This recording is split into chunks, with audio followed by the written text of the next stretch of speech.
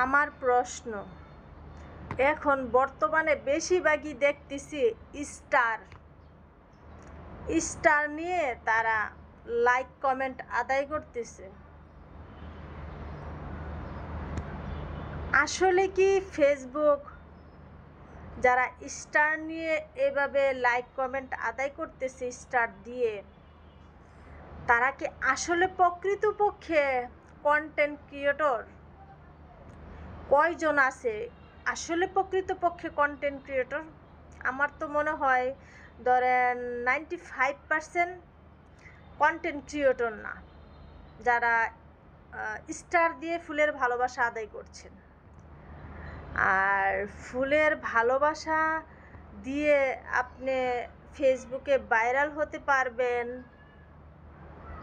ফেসবুকে আপনি আপনার জায়গাটা তৈরি করতে পারবেন,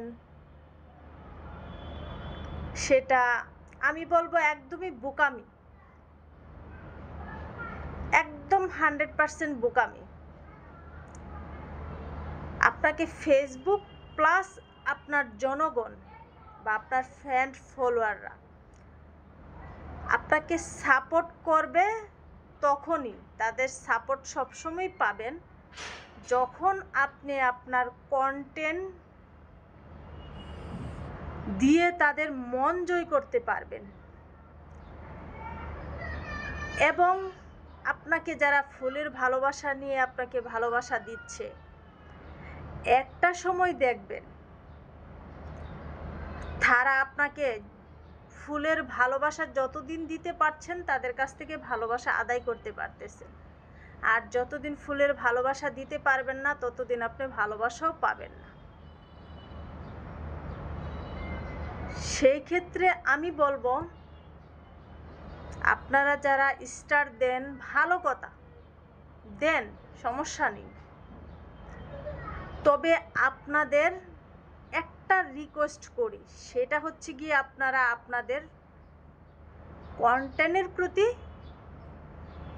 একটু খেয়াল দেন, একটু খেয়াল না বলতে পুরাপুরি নজর দেন। কারণ একটা সময় দেখা গেছে আপনি ছিটকে পড়ে যাবেন,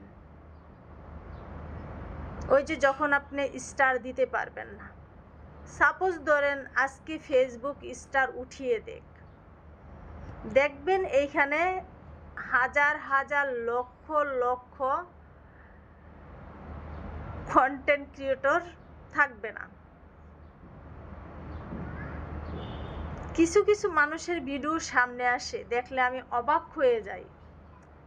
সেটা হচ্ছে গিয়ে, আরে কি আজব, মানে কোনো ভিডিওর কোনো কোয়ালিটি নেই, কথার কোনো সৌন্দর্য নেই, কি কথা বলছে, শুধু কথা স্টার, ভালোবাসা দিয়ে স্টার নিয়ে যান, কথা শুধু এইটুকু। এটা কি একটা কন্টেন্ট হতে পারে? আপনারাই বলেন, এটা কি কোনো কন্টেন্ট হতে পারে? আপনি স্টার দিয়ে আপনি একটা মানুষকে টাকা দিয়ে আপনি কতক্ষণ মানুষকে আপনি ধরে রাখতে পারবেন, সেটা আমাকে বলেন। তবে আমি আপনাদেরকে বলবো, যারা স্টার সেন্ডার, আসলে আপনারা একটু বুঝেন, কাজ করছেন ফেসবুকে, পরিশ্রম করছেন। ফেসবুক কিন্তু কাজ ছাড়া, পরিশ্রম ছাড়া কেউ সফলতা অর্জন করতে পারে নাই, এটা আপনিও জানেন, আমিও জানি।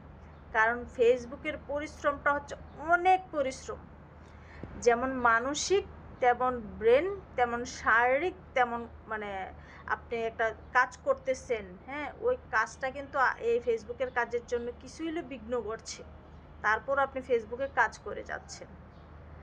হ্যাঁ, একটা সময় আপনি আপনি এতটা কষ্ট করতে হবে না, যখন আপনি মানে ভাইরাল হয়ে যাবেন। হ্যাঁ, যখন আপনি ভাইরাল হয়ে যাবেন, যখন আপনার ফেস ভ্যালু চলে আসবে, যখন আপনাকে সবাই মানে আপনাকে ভালোবাসবে, আপনার ভিডিওগুলো ভালোবাসবে, সবাই দেখবে, তখন হয়তো বা আপনার এতটা কষ্ট করা লাগবে না। কিন্তু আপনাকে কিন্তু ওই জায়গা কিন্তু কষ্ট করে নিয়ে যেতে হবে, তারপরেই কিন্তু আপনি এখান থেকে সফলতা পাবেন, তারপরে না।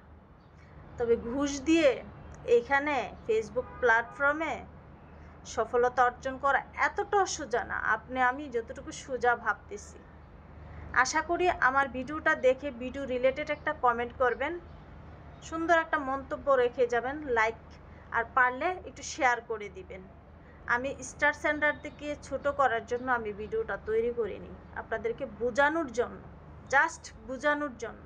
তবে আমাকেও দিচ্ছে, অনেকে আমাকেও দিচ্ছে, প্রতিনিয়ত ভালোবাসা দিচ্ছে, আমিও কিন্তু ভালোবাসা পাচ্ছি। সেই লোভের আশায় যে আমি বাস্তব সত্য কথাটা আমি বলবো না সেটা কিন্তু না, কারণ উচিত কথা বলতেই হবে, সত্য কথা বলতেই হবে। অনেকে হয়তো বলবে না যে না, তাদের কাছ থেকে তো আমি ভালোবাসা পাচ্ছি, কেন আমি কথাগুলো বলতে যাব। তো ঠিক আছে, আল্লাহ হাফেজ। ভিডিওটা অনেক বড় হয়ে গেছে।